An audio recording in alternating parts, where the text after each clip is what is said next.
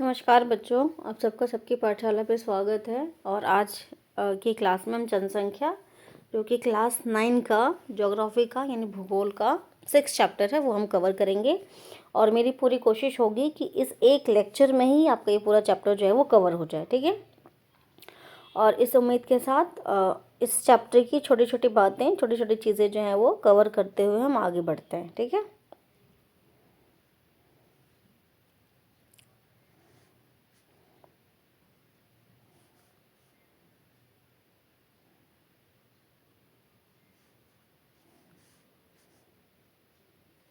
देखो, सबसे पहले चैप्टर का नाम है जनसंख्या।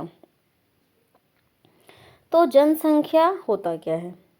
तो देखो, जन मतलब लोग, ठीक है। जन का मतलब क्या होता है? लोग, ठीक है। और संख्या मतलब नंबर, यानी कि लोगों की संख्या को जनसंख्या कहते हैं। इसका मतलब एक देश में रहने वाले जो लोगों की संख्या है उसको जनसंख्या बोला जाता है, ठीक है। जैसे कि संसाधन के रूप में लोग वाला चैप्टर जब हमने पढ़ा था तो हमने समझा था कि किसी भी देश के लिए जो जनसंख्या वो कितनी इंपॉर्टेंट होती है, ठीक है। क्योंकि वहाँ के जो लोग हैं वो विकास में एक अहम भूमिका निभाते हैं। वो अपने ज्ञान और कौशल का इस्तेमाल करके देश को तरक्की के रास्ते पर लेके जाते हैं, ठीक है। तो अब इस चैप्टर में हम पढ़ने वाले हैं कि भारत में जो जनसंख्या का जो स्वरूप है वो किस प्रकार का है, ठीक है। यानी किस प्रकार की जनसंख्या जो है वो भारत में है, ठीक है।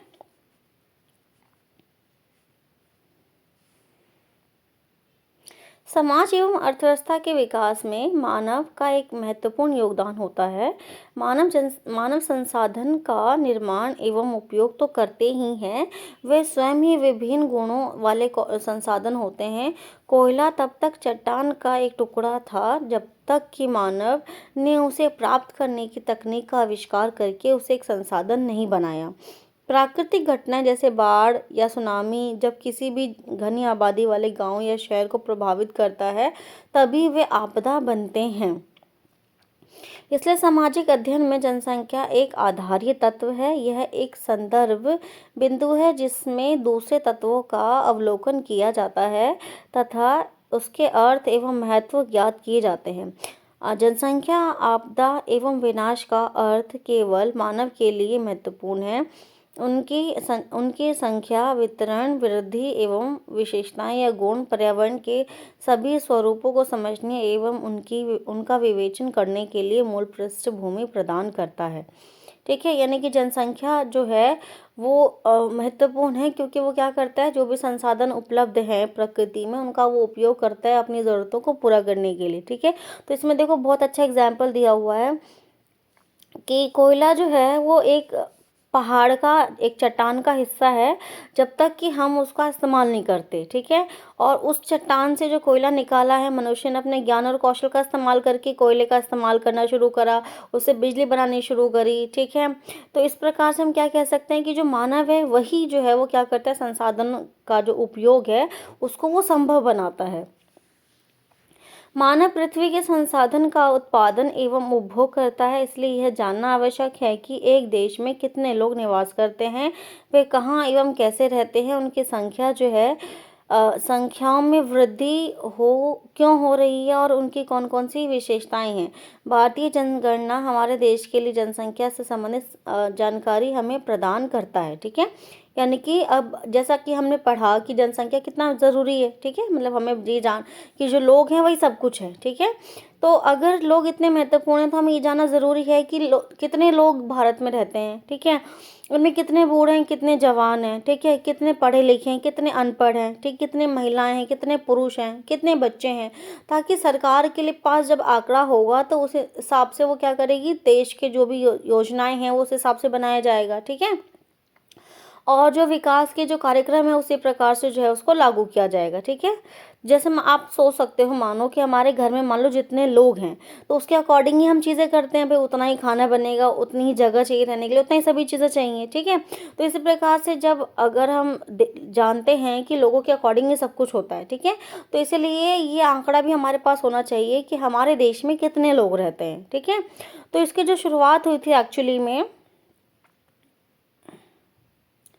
तो अब अगर हम जनगणना की बात करें, देखो जनगणना यानी एक निश्चित समय अंतराल में जनसंख्या की आधिकारिक गणना को जनगणना कहा जाता है। ठीक है, यानी एक समय में जब हम एक टाइम पीरियड के लिए जब हम जनसंख्या को गिनते हैं तो उसको क्या कहते हैं, हम जनगणना कहते हैं। ठीक है, अब अगर हम भारत में सबसे पहले जनगणना कब हुई थी, तो 1872 में हुई थी। ठीक है, जो कि एक पूर्ण जनगणना नहीं थी, मतलब पूरे भारत, अब जैसे कि आप सोच सकते हो 1872 एक ऐसा समय काल था जब हम लोग अंग्रेजों के गुलाम थे। ठीक है, तो उस समय जो जनगणना हुई, अंग्रेजी सरकार ने जो जनगणना कराई वो केवल कुछ एरियाज़ की कराई जहाँ पर उनको ज़रूरत थी। ठीक है, लेकिन जो एक्चुअली जो पूरी भारत में जो जनगणना हुई वो 1881 में हुआ। ठीक है, यानी हमें याद रखना है कि भारत में पहली जनगणना कब हुई थी, 1881 में पहली जनगणना हुई थी, जिस समय हमारा भारत अंग्रेजों का गुलाम था। ठीक है,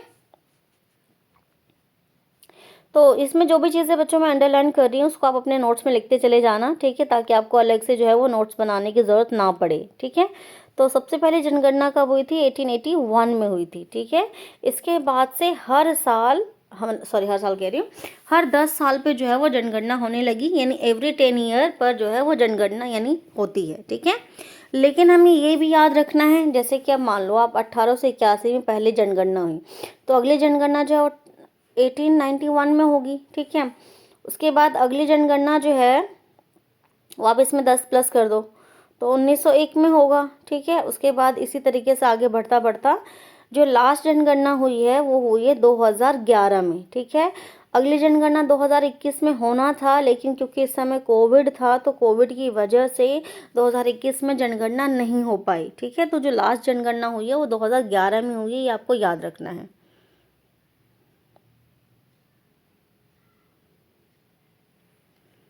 अब अगर हम भारत की जनसंख्या का आकार एवं संख्या का आधार का वितरण के बारे में जानें, तो मार्च 2011 तक भारत की जो जनसंख्या थी वो 12,106 लाख थी, जो कि विश्व की कुल आबादी का 17% थी। ठीक है, यह 12.1 करोड़ लोग भारत के 32.8 लाख वर्ग किलोमीटर के विशाल क्षेत्र में असमान रूप से वितरित थे। ठीक है, यानी कि जो भारत की जनगणना जो थी वो 2011 में जनसंख्या जो थी वो कितनी थी, 12.1 करोड़। ठीक है, 2011 की जनगणना के अनुसार देश के सबसे सबसे अधिक जनसंख्या वाला राज्य उत्तर प्रदेश है, ये आपको याद रखना है, अंडरलाइन करेंगे इसको हम, यानी कि सबसे बड़ा आबादी वाला जो राज्य है वो कौन सा है, उत्तर प्रदेश है। ठीक है, जिसकी कुल आबादी 1990 लाख है।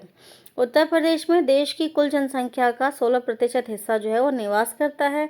दूसरी ओर हिमालय क्षेत्र के राज्य सिक्किम की आबादी केवल 6 लाख की है, और लक्षद्वीप की आबादी जो है वो 429,000 लोग निवास करते हैं। ठीक है, यानी कि अब हमें याद रखना है कि सबसे कम आबादी वाला जो राज्य है वो सिक्किम है। ठीक है, अब हालांकि सबसे कम लक्षद्वीप में लोग रहते हैं, लेकिन क्योंकि लक्षद्वीप राज्य नहीं है, ठीक है, वो केवल क्या है, केंद्र शासित प्रदेश है। तो अगर हमसे केंद्र शासित प्रदेश के बारे में पूछा जाएगा तब तो हम लक्षद्वीप आंसर लगाएंगे, लेकिन अगर आपसे ये पूछा जाता है कि भारत की सबसे बड़ी आबादी वाला राज्य बताओ, उत्तर प्रदेश। अगर आपसे ये पूछा जाता है कि भारत की सबसे कम आबादी वाला राज्य बताओ, तो सिक्किम। भारत की लगभग आधी आबादी जो है वो 5 राज्य उत्तर प्रदेश, महाराष्ट्र, बिहार, पश्चिम बंगाल और आंध्र प्रदेश में रहती है। ठीक है, यानी कि लगभग 50% पॉपुलेशन जो है वो इन 5 स्टेट्स में ही है। राजस्थान, क्षेत्रफल की दृष्टि से अगर हम देखें तो राजस्थान जो है वो सबसे बड़ा राज्य है। ठीक है, क्षेत्रफल यानी कि एरिया के अकॉर्डिंग जो है वो राजस्थान सबसे बड़ा राज्य है। ठीक है,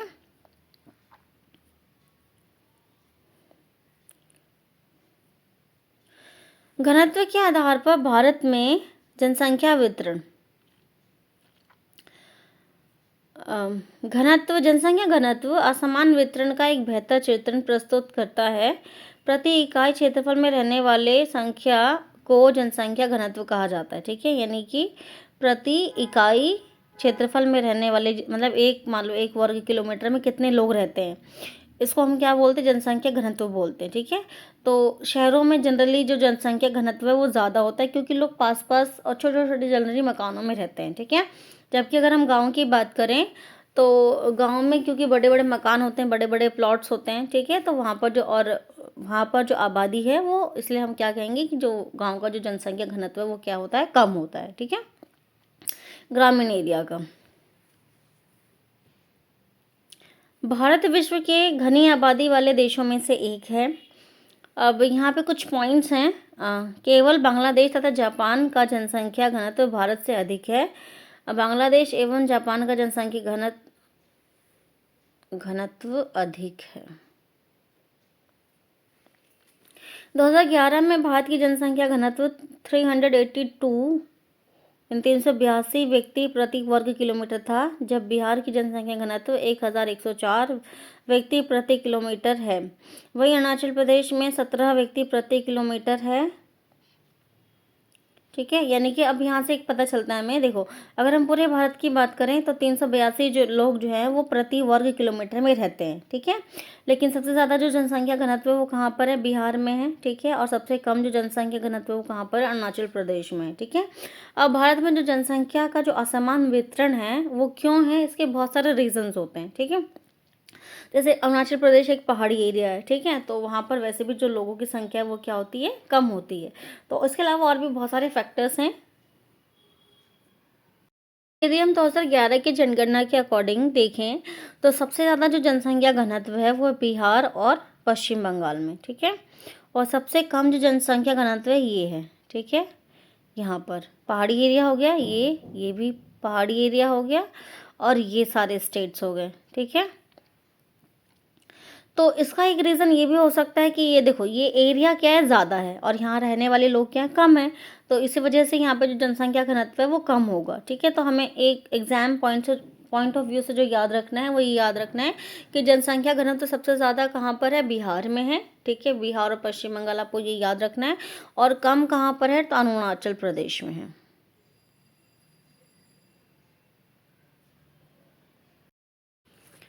250 व्यक्ति प्रति वर्ग किलोमीटर से कम जनसंख्या घनत्व वाले राज्यों के नाम बताइए, ये हमसे पूछा गया। तो अरुणाचल प्रदेश हो गया, जम्मू कश्मीर हो गया, ठीक है, उत्तराखंड हो गया, ये सब। पर्वतीय क्षेत्र तथा प्रतिकूल जलवायु अवस्था इन क्षेत्रों की विरल जनसंख्या के लिए उत्तरदायी, ठीक है? यानी जो पर्वतीय क्षेत्र पर जो जनसंख्या कम पाई जाती है, इसका इसका जो रीज़न है वो वहाँ की जलवायु है, बहुत ठंड पड़ती है, ठीक है? और पहाड़ी एरिया होने की वजह से वहाँ पर जो जीवन है, जीवन यापन थोड़ा सा मुश्किल है, ठीक है? असम एवं अधिकतर प्रायद्वीपीय राज्यों का जनसंख्या घनत्व मध्यम है। पहाड़ी, कटे छठे एवं पथरीले भूभाग, मध्य से कम वर्षा, छिछली और कम उपजाऊ मिट्टी इन राज्यों की जनसंख्या घनत्व को प्रभावित करती है, ठीक है? यानी कि किसी भी जगह पर जो लोग रहते हैं वो बहुत सारी चीज़ों पर डिपेंड करता है, जैसे कि वहाँ का जलवायु कैसा है, ठीक है? वहाँ पर जो लोग हैं वो क्या काम कर सकते हैं, बारिश किस प्रकार की होती है, ठीक है? तो ये सभी चीज़ें जो हैं वो आबादी को प्रभावित करते हैं। उत्तरी मैदानी भाग एवं दक्षिण में केरल की जनसंख्या घनत्व बहुत अधिक है, क्योंकि यहाँ समतल मैदान एवं उपजाऊ मिट्टी पाई जाती है तथा पर्याप्त मात्रा में वर्षा होती है। उत्तरी मैदान के अधिक जनसंख्या घनत्व वाले 3 राज्य के नाम हमसे पूछे गए हैं, ठीक है? तो अगर हम उत्तरी मैदान की बात करें, जिसमें कि आपका उत्तर प्रदेश, बिहार, झारखंड, छत्तीसगढ़, मध्य प्रदेश, ये सारा जो एरिया आता है, तो यहाँ की जो मिट्टी है वो बहुत उपजाऊ है, ठीक है? उपजाऊ होने की वजह से जो लोग यहाँ पर जो मुख्य काम करते हैं वो खेती यानी कृषि का काम करते हैं, ठीक है? इसी वजह से वहाँ पर जो लोग हैं वो क्या रहते हैं, ज़्यादा रहते हैं, क्योंकि वहाँ पर इन्हें क्या मिल रहा है, रोजगार मिल रहा है, और मैदानी एरिया होने की वजह से वहाँ पर लोगों के लिए रहना काफ़ी आसान है, ठीक है? जनसंख्या वृद्धि एवं जनसंख्या परिवर्तन की प्रक्रिया, ठीक है? यानी जनसंख्या में जो वृद्धि होगी, देखो वृद्धि का मतलब बढ़ना होता है, ये याद रखना आप। जनसंख्या वृद्धि मतलब केवल जब जनसंख्या बढ़ेगा तो जनसंख्या वृद्धि है, ठीक है? लेकिन यदि हम जनसंख्या परिवर्तन की बात करें तो जनसंख्या परिवर्तन में वृद्धि भी हो सकता है, ठीक है? यानी बढ़ भी सकता है, और कमी यानी कि कमी भी हो सकती है। ये दोनों चीज़ें हमें ध्यान रखनी है, ठीक है? जनसंख्या एक परिवर्तनशील प्रक्रिया है। आबादी की संख्या, वितरण एवं संगठन में लगातार परिवर्तन होता है। यह परिवर्तन 3 प्रक्रियाओं जन्म, मृत्यु और प्रवास के आपसी संयोजन के प्रभाव के कारण होता है। ठीक है, यानी जो जनसंख्या में जो परिवर्तन हो रहा है वो 3 वजह से होता है, जन्म, मृत्यु और प्रवास। ठीक है, जिनके बारे में हम वन बाय वन डिटेल में पढ़ेंगे। जनसंख्या वृद्धि का अर्थ होता है किसी विशेष समय अंतराल में, जैसे 10 वर्षों के भीतर, किसी राज्य या देश के निवासियों की संख्या में परिवर्तन। इस प्रकार के परिवर्तन को 2 प्रकार से व्यक्त किया जाता है। पहला सापेक्ष वृद्धि और दूसरा प्रति वर्ष होने वाले परिवर्तन के द्वारा। ठीक है, जो जनसंख्या में जो वृद्धि हो रहा है, ठीक है, यानी कि एक समय अंतराल के बाद, जैसे मान लो 10 साल, जैसे पिछला जो जनगणना हुआ मान लो 2001 में हुआ होगा। ठीक है, इसके बाद 10 साल बाद 2011 में हुआ है। ठीक है, तो दोनों के कंपैरिजन में 2011 में जो लोग थे उनकी संख्या कम थी और 2001 में कम थी और 2011 में जो जनसंख्या वो क्या हो गई है, बढ़ गई है। तो हम देखते हैं कि प्रति वर्ष जो है वो क्या है, तो जनसंख्या में वृद्धि ही होती है। ठीक है,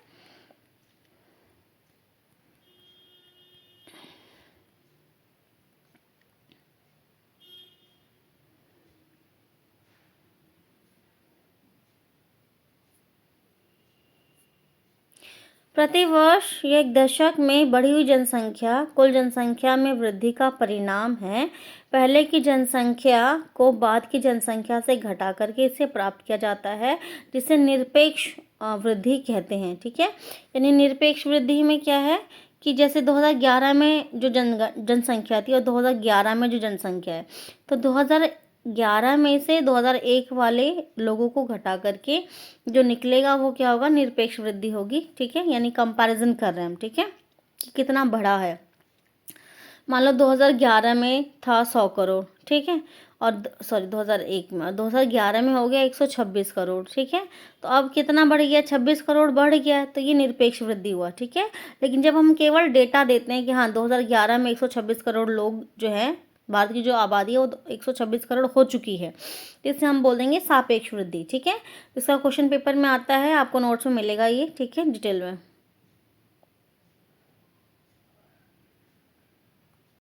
अब यदि हम इस तरह के ग्राफ में देखें तो 1901 से 2011 के बीच में जो जनसंख्या की वृद्धि है वो हम देख सकते हैं कि 1901 में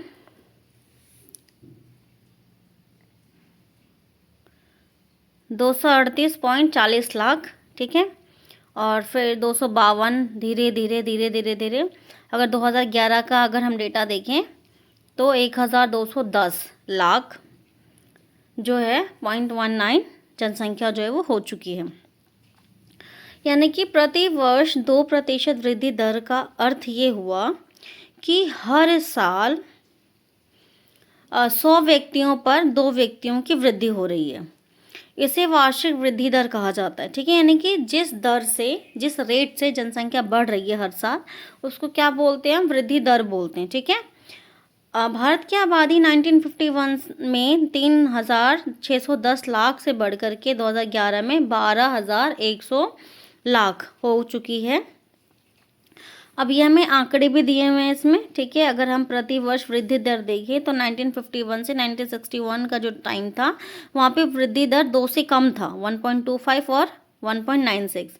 लेकिन 1971 के बाद अगर हम देखें तो वृद्धि दर जो है वो 220 2.22 2.16 है, यानी 2% से ज़्यादा है। ठीक है, लेकिन 2001 से 2011 के बीच में अगर हम बात करें तो फिर से जो वृद्धि दर है वो क्या हो गई है, घट गई है, 2 से कम हो गया है।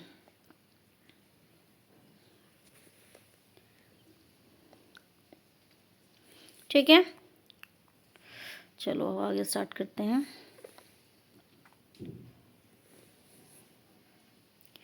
किंतु अब अगर हम देखें, जैसे हमने टेबल देखा है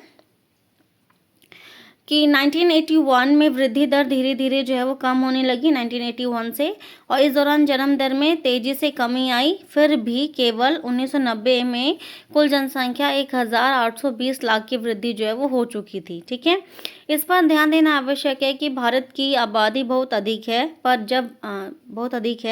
जब विशाल जनसंख्या में कम वार्षिक दर लगाया जाता है तब इसे सापेक्ष वृद्धि बहुत अधिक होती है। क्योंकि देखो अब मान लो क्या है, भारत की जनसंख्या बहुत ज़्यादा है, ठीक है? तो अगर एक-एक लोग भी अगर हर मान लो एक परिवार से अगर एक-एक लोग भी बढ़ रहे हैं, ठीक है? तो वो ओवरऑल जो जनसंख्या है वो क्या हो रही है, बढ़ रही है, ठीक है? तो इसमें सिर्फ़ हमें ये समझाया जा रहा है कि क्योंकि भारत की आबादी बहुत ज़्यादा है, ठीक है? तो वृद्धि दर बेशक कम हो रही है, लेकिन फिर भी जो भारत की जनसंख्या है वो निरंतर बढ़ती जा रही है, ठीक है? वृद्धि दर में कमी जन्म दर पर नियंत्रण करने के लिए किए गए जा रहे प्रयासों की सफलता को प्रदर्शित करता है। इसके बावजूद जनसंख्या की वृद्धि जो है वो जारी है। तथा 2045 तक भारत चीन को पीछे छोड़ते हुए विश्व की सबसे अधिक आबादी वाला देश जो है वो बन सकता है, ठीक है? हालाँकि हम देख रहे हैं कि जो जनसंख्या की वृद्धि दर है वो कम हो रही है, ठीक है? क्योंकि अब लोग शिक्षित हो रहे हैं, उन्हें समझ आ रहा है कि हाँ, छोटा परिवार ही उचित होता है, ठीक है? अच्छा होता है। इसके अलावा और भी बहुत सारे रीज़न्स हैं जिसकी वजह से जो है जनसंख्या जो है वो धीरे मतलब जो परिवार है वो अब क्या होते जा रहे हैं, छोटे होते जा रहे हैं, ठीक है? लेकिन फिर भी जो जनसंख्या है भारत की वो हर साल बढ़ती जा रही है और ये माना जाता है कि 2045 तक भारत की आबादी जो है वो चीन से भी ज़्यादा हो जाएगी।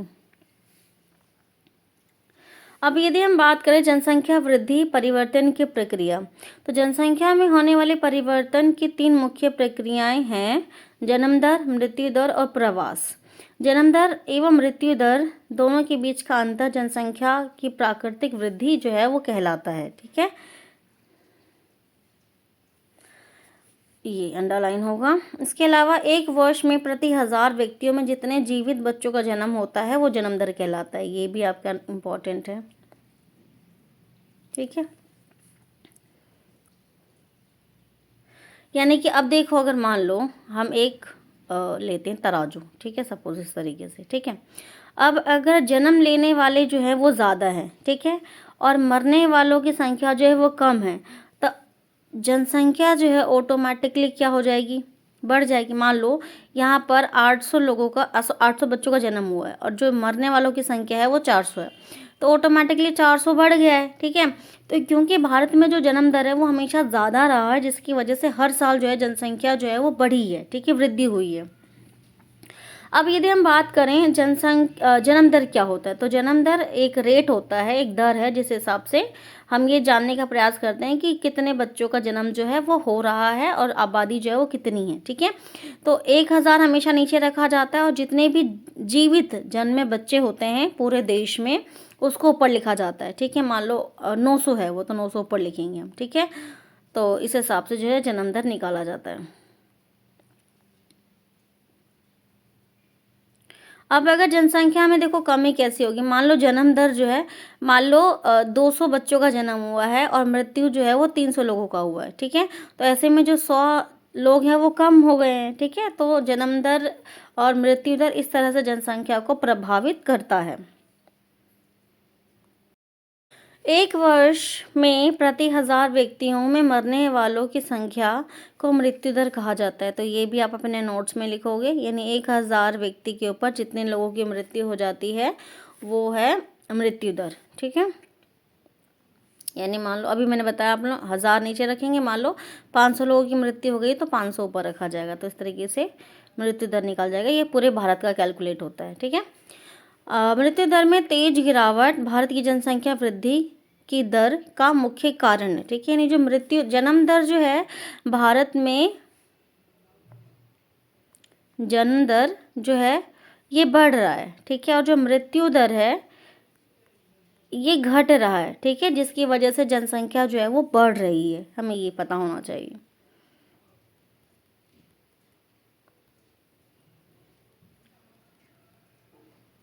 1980 तक उच्च जन्म दर और मृत्यु दर में लगातार गिरावट के कारण जन्म दर और मृत्यु दर में काफ़ी बड़ा अंतर आ गया था, जिसके कारण जनसंख्या वृद्धि दर अधिक हो गई थी, ठीक है? यानी जन्म दर और मृत्यु दर बहुत ज़्यादा उनमें गैप हो गया था, जिसकी वजह से जनसंख्या जो है वो बढ़ चुकी थी। 1981 में धीरे धीरे जन्म दर में गिरावट आने शुरू हुई, जिसके परिणामस्वरूप जनसंख्या दर में भी गिरावट आई। इस प्रकार के चलन का क्या कारण था, ठीक है? तो अगर हम बात करें तो 1991 के बाद हम बहुत सारे फैक्टर्स थे जिसकी वजह से हम ये बोल सकते हैं कि जो जन्म दर है मृत्यु दर है दोनों में अंतर बढ़ा होगा, क्योंकि उस समय तक हॉस्पिटल्स की संख्या बहुत कम थी, ठीक है? तो जैसे हॉस्पिटल्स की संख्या बढ़ी तो इलाज होने लगा बीमारियों का, ठीक है। तो जिसकी वजह से जो जन्म दर है, सॉरी, जो मृत्यु दर है उसमें क्या आ गई, गिरावट आ गई। जनसंख्या वृद्धि का तीसरा घटक है प्रवास।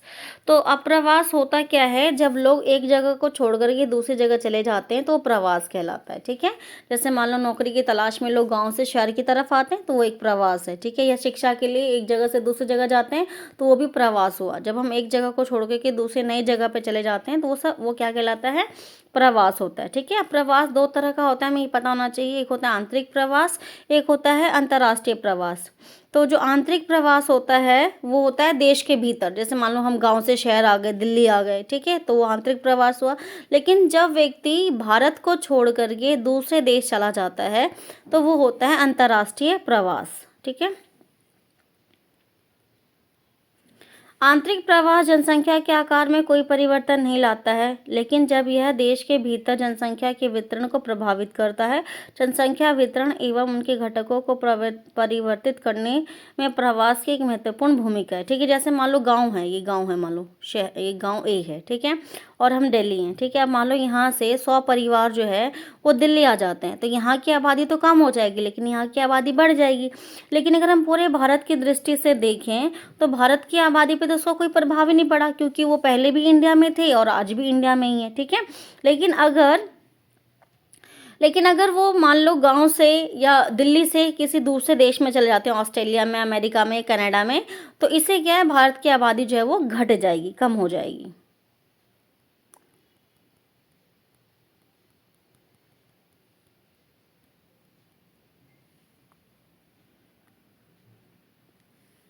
भारत में अधिकतर प्रवास ग्रामीण से शहरी क्षेत्रों की ओर होता है, क्योंकि ग्रामीण क्षेत्रों में अपकर्षण कारक प्रभावी होता है। ये ग्रामीण क्षेत्रों में गरीबी एवं बेरोजगारी की प्रतिकूल अवस्थाएं हैं तथा नगर का अभिकर्षण प्रभाव रोजगार में वृद्धि एवं अच्छे जीवन स्तर को दर्शाता है, ठीक है। यानी कि भारत में जो प्रवास होता है जनरली गांव से शहर की तरफ होता है, क्योंकि लोग रोजगार की तलाश में, अच्छे जीवन की तलाश में, शिक्षा की तलाश में जो है वो शहरों की तरफ आते हैं।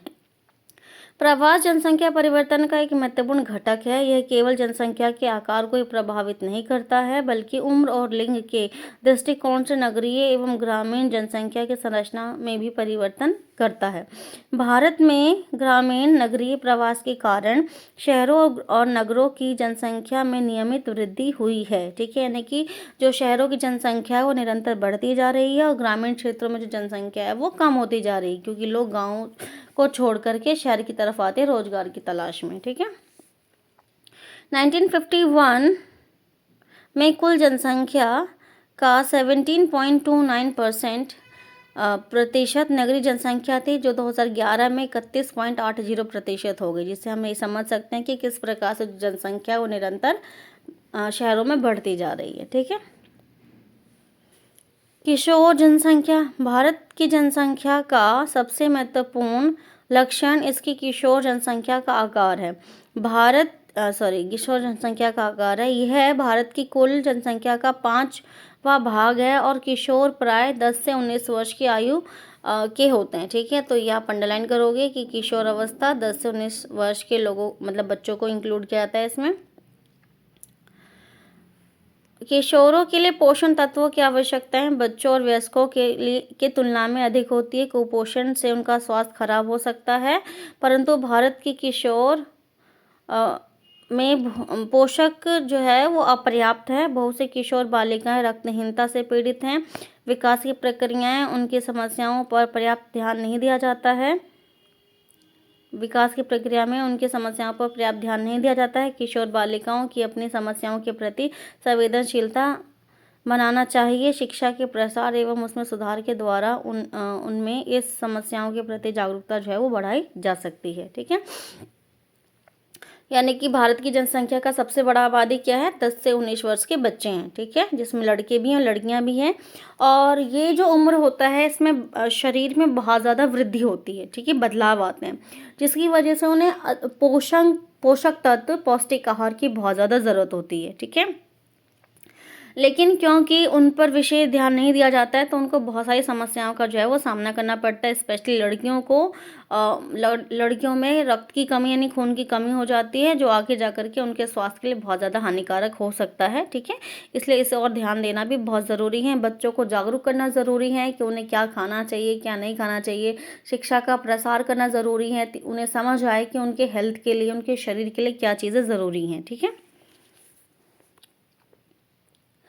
अब अगर हम बात करें राष्ट्रीय जनसंख्या नीति की, परिवारों के आकार को सीमित रखकर एक व्यक्ति के स्वास्थ्य एवं कल्याण को सुधारा जा सकता है। इस तथ्य को ध्यान में रखते हुए भारत सरकार ने 1952 में एक व्यापक परिवार नियोजन कार्यक्रम को प्रारंभ किया था। परिवार कल्याण कार्यक्रम जिम्मेदार और सुनियोजित पितृत्व को बढ़ावा देने के लिए कार्यरत है। जनसंख्या नीति 2000 कई वर्षों में नियोजित प्रयासों का परिणाम है। ठीक है, यानी कि जो राष्ट्रीय जनसंख्या नीति 2000 जो लागू किया गया था, सबसे पहले जो है 1952 में हुआ था, ये आपको पता होना चाहिए। ठीक है, इसके बाद कई वर्षों बाद 2000 राष्ट्रीय जनसंख्या नीति 2000 जब लागू किया गया, तो ये जो इसका जो उद्देश्य था, मुख्य उद्देश्य था भारत की जनसंख्या को नियंत्रित करना और जनसंख्या की गुणवत्ता में सुधार करना। ठीक है, तो इसमें क्या क्या प्रयास किया सरकार ने? 14 वर्ष से कम आयु के बच्चों को निःशुल्क शिक्षा प्रदान करना। ठीक है, यानी जो भी 14 वर्ष से कम उम्र के बच्चे हैं उनको पढ़ाई का कोई फीस नहीं देना है। शिशु मृत्यु दर के प्रति 1000 में 30 से कम करना, यानी जो शिशुओं की जो मृत्यु दर है वो कम करना। और व्यापक स्तर पर टीका रोधी बीमारियों से बच्चों को छुटकारा दिलाना। ठीक है, यानी कि बच्चों को मुफ्त में टीके लगाए जाए ताकि जो बीमारियां टीकों से कंट्रोल हो सकती है वो कंट्रोल किए जाएं। और लड़कियों की शादी की उम्र को बढ़ाने के लिए प्रोत्साहित करने तथा परिवार नियोजन को एक जन केंद्रित कार्यक्रम बनाने के लिए नीतिगत ढांचा प्रदान करना। तो ये आपका पैराग्राफ पूरा इंपॉर्टेंट है। ठीक है, कि लड़कियों की जो शादी की उम्र है, मतलब जल्दी शादी ना की जाए, देर से शादी किया जाए, 18 वर्ष के बाद किया जाए। और परिवार नियोजन को बल दिया जाए कि परिवारों को समझाया जाए कि आप छोटा परिवार रखो। ठीक है, ताकि परिवार की जो ज़रूरतें हैं वो पूरी हो, और छोटा परिवार ही सुखी परिवार होता है। ठीक है, बहुत सारे नारे लगाए गए थे कि हम दो हमारे दो, छोटा परिवार सुखी परिवार, खुशहाल परिवार। इस तरीके से लोगों को जागरूक करने का प्रयास किया गया था ताकि वो छोटा परिवार रखने के लिए प्रेरित हों।